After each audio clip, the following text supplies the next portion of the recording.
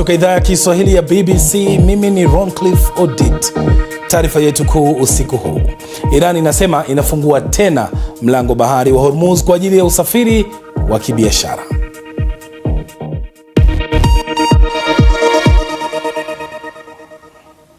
Waziri wa mambo ya nje wa Iran amesema mlango bahari wa Hormuz uko wazi kabisa kwa meli za kibiashara, huku makubaliano ya kusitisha mapigano nchini Lebanon yakiendelea.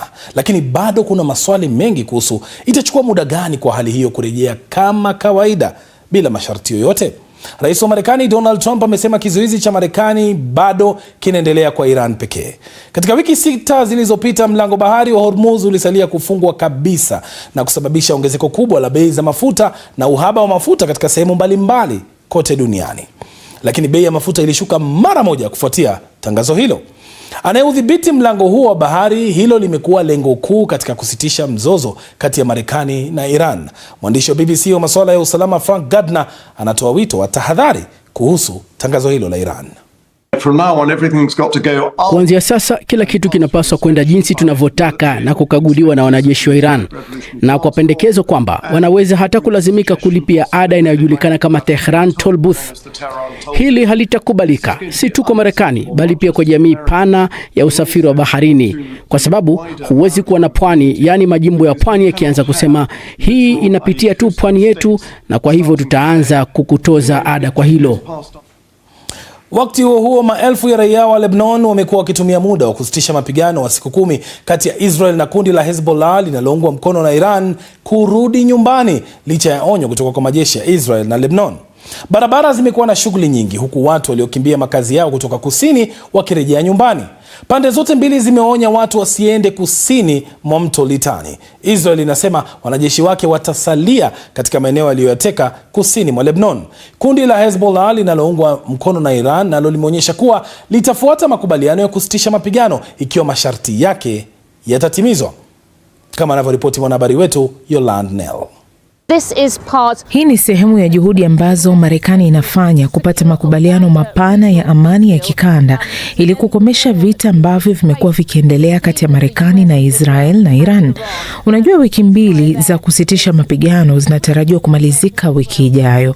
Ni jambo ambalo Iran imekuwa ikidai, na Pakistan kama mpatanishi imeweka wazi hilo kwamba kunapaswa kuwa na makubaliano ya kusitisha mapigano nchini Lebanon pamoja na makubaliano ya kusitisha mapigano na Iran. Na Hezbollah imepongeza Iran kwa kufanikisha makubaliano haya, jambo ambalo litakuwa gumu sana kwa Israeli kulivumilia. Inajaribu sana kutenganisha pande hizi mbili za vita, upande wa Hezbollah na kaskazini na ule wa Iran. Sasa makubaliano ya kusitisha vita kwa siku 10 yanaweza kuleta afueni kubwa inayohitajika sana kwa watu wa Lebanon baada ya zaidi ya wiki 6 za vita. Wizara ya afya ya nchi hiyo inasema zaidi ya watu 2,000 wameuawa na wengine zaidi ya milioni 1 wamehama makazi yao. Takwimu hizi zinaonyesha kwamba kati ya kila watu 5, mmoja amepoteza au amehama makazi yake kutafuta makao salama. Mwandishi wetu Hugo Bachega anaripoti kuhusu jinsi mzozo huo ulivyoathiri familia moja. Tukutahadharishe tu kwamba baadhi ya picha katika ripoti hii inawasilishwa na Victor Kenani zina maudhui ya kuhuzunisha. Asma amebeba fulana ya mwanawe iliyojaa damu yake, ishara ya maisha yake kama mhudumu wa afya, na sasa ni thibitisho la kifo chake. Fadel Serhan alikuwa mhudumu wa dharura na huduma ya kwanza. Mapema mwezi huu tulishinda siku kadhaa naye na timu yake huko Abadie. Walifanya kazi kwa hofu ya mara kwa mara ya kushambuliwa na Israel. Fadel na wahudumu wengine 2 wa afya waliuawa katika kile ambacho maafisa nchini Lebanon wanasema mashambulizi 3 mfululizo ya Israel dhidi ya watoa huduma ya kwanza. Jeshi la Israel halijaeleza kwa nini liliwashambulia wahudumu hao katika vita ambavyo limekuwa likipigana na Hezbollah. Kuna huzuni nyingi na uchungu mwingi hapa, lakini pia wengi wamejawa na hasira nyingi. Familia yake, marafiki na wafanyakazi wenzake wote wanasema hapakuwa na sababu ya yeye kuuawa. Ilikuwa hatari sana kurejesha mwili wa Fadel kijijini kwao. Alizikwa hapa katika makaburi haya ya muda. Kiongozi wa timu ya Fadel anajaribu kumfariji mama yake. Kwa nini mlimuacha? Kwa nini mliruhusu aende? Anauliza. Ali hana jibu. Nilikuwa nikimwomba baki nyumbani, lakini angesema hapana mama. Ni nani atakayekuwa wafu na majeruhi? Hiki ndicho alichotaka. Najivunia sana kwa mafanikio yake. Wale ambao hutoa msaada kwa jamii sasa ndio wanaohitaji msaada. Fadel alikuwa mwenye umri wa miaka 43. Aliyowaacha nyuma ni mama mwenye huzuni na binti yake Celia, ambaye ana umri wa miaka 7 pekee na anakabiliwa na hisia kali za kuhisi ugumu wa kuendelea kuishi maisha yaliyobadilishwa milele na vita hivi. Ripoti hiyo ndio inayotuhitimishia taarifa yetu kuu usiku huu.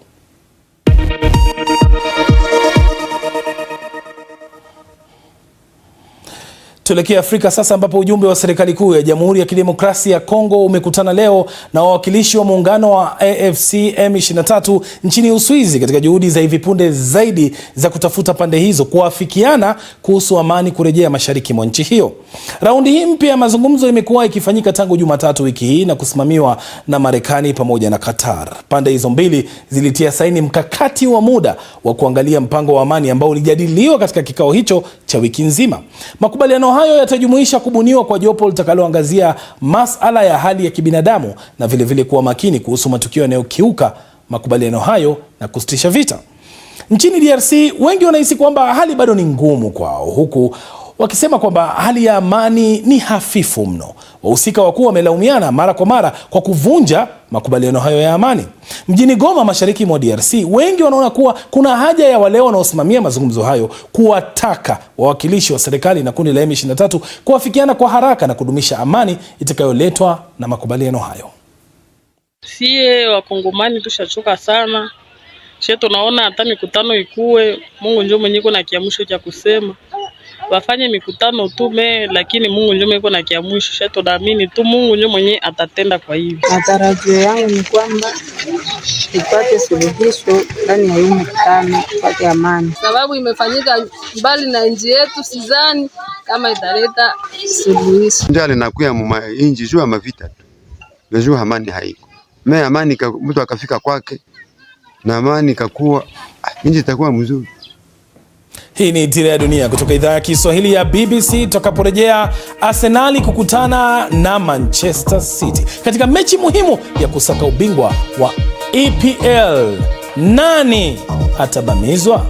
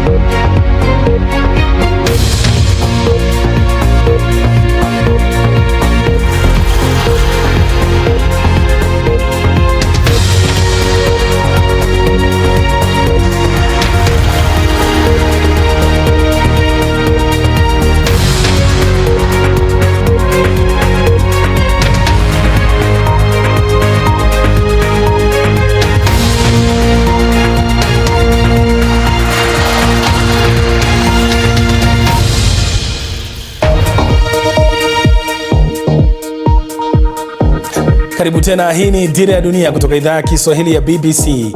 Mimi ni Roncliffe Odit. Sasa kindumbwendumbwe cha kuwania ubingwa wa ligi kuu ya soka nchini England kimefikia hatua muhimu na ya kusisimua sana kati ya timu mbili, Arsenal na Manchester City. Sasa kadri msimu unavyoendelea ukingoni, ndipo timu hizo mbili zinaonyesha viwango vya juu, makali na dhamira kubwa ya kunyakua taji hilo. Arsenal ndio vinara wa ligi hiyo kwa sasa wakiwa na alama 70 baada ya mechi 32. Hizi ni alama 6 tu mbele ya Man City ambao wana mechi moja bado akibani. Hata hivyo, baada ya Arsenal kupoteza mechi ya weekend iliyopita, mashabiki wamejawa na hofu sasa kwamba huenda wakapoteza fursa ya kushinda taji hilo kwa mara nyingine tena. Swali ni je, huu ndio mwaka wao wa kumaliza mzizi wa fitna na kushinda taji hilo, ama wembe ni ule ule wa kutu miaka 22? Ili kuchambua hilo kwa kina, mwenzangu Ahmed Bahaj amezungumza na wachambuzi wa soka Abula Ahmed na Toto Arege. Hakuna mtu alitarajia kwamba Arsenal itapoteza hasa dhidi ya Bournemouth wakiwa nyumbani baada ya mapumziko ya takriban wiki 3. Kwa hiyo ilikuwa ni pigo kwa Arsenal, kwa mashabiki. Hata ukiangalia walimzomea kocha Mikel Arteta na kikosi, mashabiki manake hawakutarajia matokeo hayo. Kwa hiyo timu zote mbili zitakuwa zinapoteza hapa mpaka mwisho, takwimu zitakuwepo na haitawahi kuwa rahisi kushinda ligi ya EPL, hasa ikizingatiwa kwamba City ana uzoefu mkubwa kuliko Arsenal. Toto, mechi ambayo wengi wanasema kwamba itabaini mbivu na mbichi, nani atakayeshinda ama katika kinyang'anyiro cha ligi kuu ya EPL msimu huu. Weekend hii siku ya Jumapili, Etihad, Manchester City dhidi ya Arsenal. Baada ya Arsenal kupoteza mechi ya weekendi mabao 2-1 dhidi ya Bournemouth, alipunguza mwanya wa alama 6. Kumbuka kwamba City pia wana mechi moja kiporo. Na wengi wanasema kwamba mechi hii itakuwa inaamua ni nani ambaye atachukua ubingwa. Kwa mfano, Man City waweza kupata ushindi katika mechi hiyo, inamaanisha kwamba alama zinapungua, zinafika 3. Na ukumbuke kwamba City wanayo mechi moja ambayo hawajacheza. Wale wachambuzi wa soka wanasema, na fans pia wanasema kwamba hii itakuwa ni title decider ya msimu huu, msimu mwaka 2025-26. Abula, unakubali kwamba hii mechi itaamua nani mshindi katika ligi hii? Nani mshindi? Nimekwambia mfano mzuri kwamba kulingana na ukweli ni kwamba City ana mechi ngumu zaidi ya Arsenal zilizosalia. City anaenda Hill Dickinson kucheza na Everton. City anaenda Vitality kucheza na Bournemouth ambayo imepiga Arsenal juzi. City bado hajamaliza na Crystal Palace. Palace kumbuka yuko nusu finali ya mashindano ya bara Ulaya. City mechi ya mwisho yuko nyumbani dhidi ya Aston Villa. Villa ambaye yuko sako kwa bako na Manchester United kuwania nafasi ya kumaliza ndani ya mabano ya 3 bora kushiriki UEFA msimu unaokuja. Unaona? Kwa hiyo si rahisi. Ukweli ni kwamba timu zote mbili, City na Arsenal, hapa mpaka mwisho hatujaona bado, manake zote zitapoteza alama hapa mpaka mwisho. Ukweli ni huo. Ukiangalia katika misimu 3 ambayo imepita, Arsenal inakuwa na makali, lakini msimu unapoelekea kukamilika wanakuwa wamelegeza kamba. Yaani ni kinyume na City. City pia wanaanza vibaya, lakini msimu unapokuwa ukielekea kukamilika unapata makali yao yanashika kasi. Kwa hivyo hiki ni kitu ambacho pia Abula kubali kataa. Hiki ni kitu ambacho tutakishuhudia katika msimu huu wa mwaka 2025-26 kwamba Arsenal wanaongoza jedwali, lakini msimu unapoelekea kukamilika City wanatoka nyuma, wanapiku, wanachukua. Wanasema ni mfano ile ndovu anakuwa juu ya mti, sio? Ndovu kila wakati unaona ameporomoka. Imetokea na kuna sababu. Kwanza ni kwamba kumbuka ni juzi tu Mikel Arteta alikuwa naibu kocha chini ya kufuza Pep Guardiola. Hii ndo kazi yake ya kwanza kama mkufunzi. Unaelewa? Kwa hiyo huwezi tegemea mtu kama Mikel Arteta aje katika timu yenye tajriba na jina kubwa kama Arsenal moja kwa moja tu. Lakini amepiga msimu zaidi ya 5 Abula. Unajua misimu 3 mfululizo. Unajua hata msimu wa kwanza Arsenal ilipokuwa inawania taji, hakuna mtu hata mmoja alipigia upato. Kila mmoja na wasiwasi kwamba mambo ni yale tulishuhudia mwaka jana, mwaka juzi. Wamepigwa na Bournemouth, alafu niliwasikia mashabiki wakimzomea Arteta na ni kama wanasema kwamba msimu huu asiposhinda taji aondoke. Walikuwa wanataka makombe 3. Kombe la FA, Carabao, EPL, hilo lingine la UEFA, lakini mawili yamedondoka. Yamesalia mawili. Unajua tunaenda na takwimu na jinsi hali ilivyo. Sasa na porojo za watu. Ukweli ni kwamba hii ni timu ambayo haijashinda taji la EPL ndani ya kipindi cha miaka 22. Kwa hiyo ukileta story kwamba Arsenal inashinda mataji 3 au 4 ni uongo. Manake ni timu ambayo haina uzoefu wa kushindana mataji. Arteta amepatiwa muda wa kutosha wa kunoa Arsenal. La msimu huu asiposhinda hayo mataji mawili ambayo yamesalia, atakuwa kama ameboronga katika kazi yake. Aondoke ende. Kwa hiyo haimaanishi kwamba unapopata kocha mzuri, unapopata kikosi kizuri, wachezaji wazuri, moja kwa moja utashinda taji. Haimaanishi hivyo. Lakini timu inacheza kutafuta taji. Ni ukweli. Na kumaliza namba 2 mfululizo haimaanishi kwamba ni failure, haimaanishi kwamba umeanguka. Hata shule. Hata shule. Toto na mkatiza Abula. Hata shule. Hata shule. Ndio. Ushaanza kujikubali hao. Nakwambia hata shule. Abula ameanza kukubali kwamba nafasi ya kwanza, ya pili na ya tatu wote upewa zawadi. Inamaanisha kwamba wote wamefanya vizuri. Wameanza kukubali. Wote kumaanisha kwamba wote wamefanya vizuri. Wewe kwa maoni yako, huyu Arteta, ule moto haupo tena. Arteta mfumo wake sasa ni zaidi wa kuzuia. Je, unaweza kushinda taji kwa kuzuia peke yake? Itakuwa ni mechi ngumu Abula, kusema kweli. Lakini ukweli ni kwamba hii ni mechi ambayo inaenda kuangalia ni nani ambaye anaenda kuchukua ubingwa. Kwangu sidhani kama itaamua. Mfano Abula, umefungwa na Manchester City. Arsenal imefungwa na Manchester City. Watafungwa, Manchester City aje acheze ile mechi yake katikati ya wiki dhidi ya. Inamaanisha kwamba watakuwa sawa alama, lakini City pengine atakuwa juu kwa wingi wa mabao. Na kama nilivyokuambia, mechi zitakuwa zimesalia 5 kwa kila mmoja.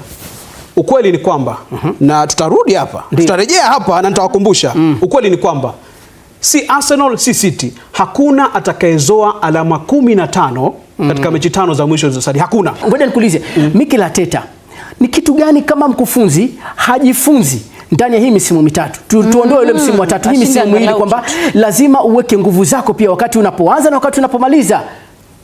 Kushinda ligi ni mambo mengi, Bahaji. Kushinda ligi ni mambo mengi. Si kikosi pekee, si kocha pekee, si mchezo pekee.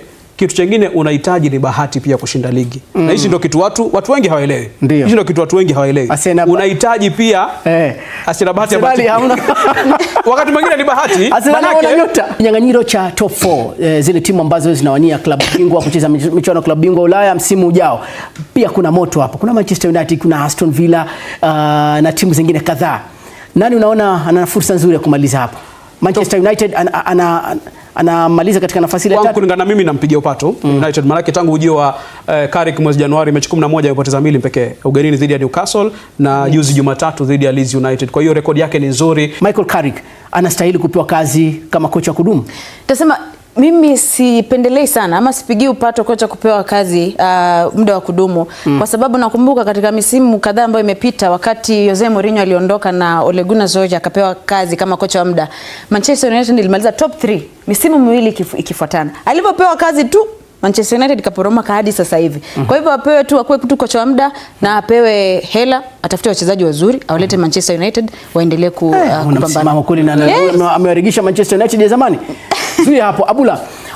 Liverpool ni klabu iliyotumia fedha nyingi zaidi msimu huu katika usajili zaidi ya milioni 500 na hawajijui, hawajitambui. Tatizo ni Ancelotti ama wachezaji walionunuliwa hawana ari, wanacheza kiuzembe na hawachezee jezi? Sababu zote mbili ulizotaja. Kwanza kocha Ancelotti, nadhani mfumo wake sahihi msimu wa pili ndo umewekwa paruanja. Amejulikana kwamba huu ni kocha wa aina gani. Wachezaji hawajaingiliana mpaka hivi sasa, na alitoa tuseme kama shina la klabu ya Liverpool. Trent alitaka kuondoka kweli, kwa hiyo hakuwa na budi la kumwachilia kwenda Real Madrid, timu yake ya ndoto tangu utotoni. Alafu katika safu ya kati kwenda mbele, Luis Diaz tunamuona akishamiri katika Bundesliga na pia UEFA Champions League akichezea Bayern Munich. Ilikuwa ni kosa kubwa sana kumwachilia. Sasa tumalize, tukate mzizi wa fitna jamani. Je, kindumbwe kombe la EPL lipo kwenye hatima ya Arsenal ama ni yoyote? Toto. Mimi unajua upande wangu City wanabeba hii kitu. City anabeba mnyama. Anabeba. Wewe smile tu lakini anabeba. Abula hali ilivyo. Abula tumesubiri miaka 22. Je, huu ni wakati wako? Mimi sitaka hapa nikudanganye. Sitaka hapa nikudanganye ati City anabeba, Arsenal anabeba. Ukweli ni kwamba timu hizi mbili yote atabeba ifikapo mwisho wa msimu. Lakini ni rahisi kwa matokeo mawili. Tunaweza patia asilimia ngapi? 75 kwa aidha Arsenal kushinda masare, asilimia 25 kwa Manchester City kushinda. Kwa mbali naona kama ameanza kukubali Abula kwamba chochote chawezekana. Ulimsimame mulegeze kidogo, lakini ndio hivyo tena, mambo ni kandaja, huenda yakaja. Waswahili husema hivi, nitakutambua siku zote wasivita bwana mpaka unipige, na nitakupa wali kule Tanga wasema hujanipa mlo mpaka nile nishibe. Je, Arsenal atakula shibe? Siku ya Jumapili kitaeleweka. Mimi naitwa Ahmed Bahaji. Kwa heri.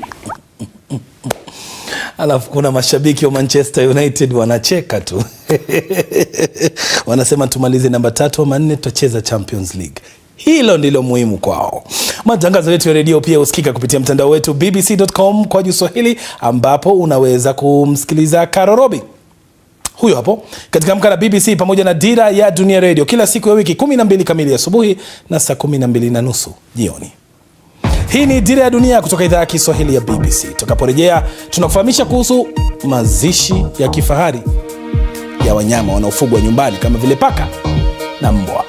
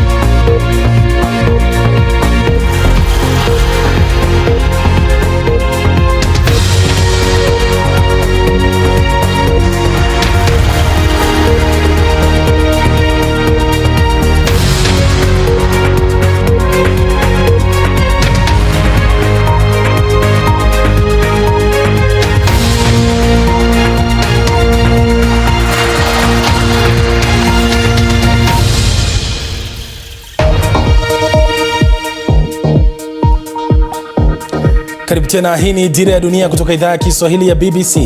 Mimi ni Ron Cliff Odit.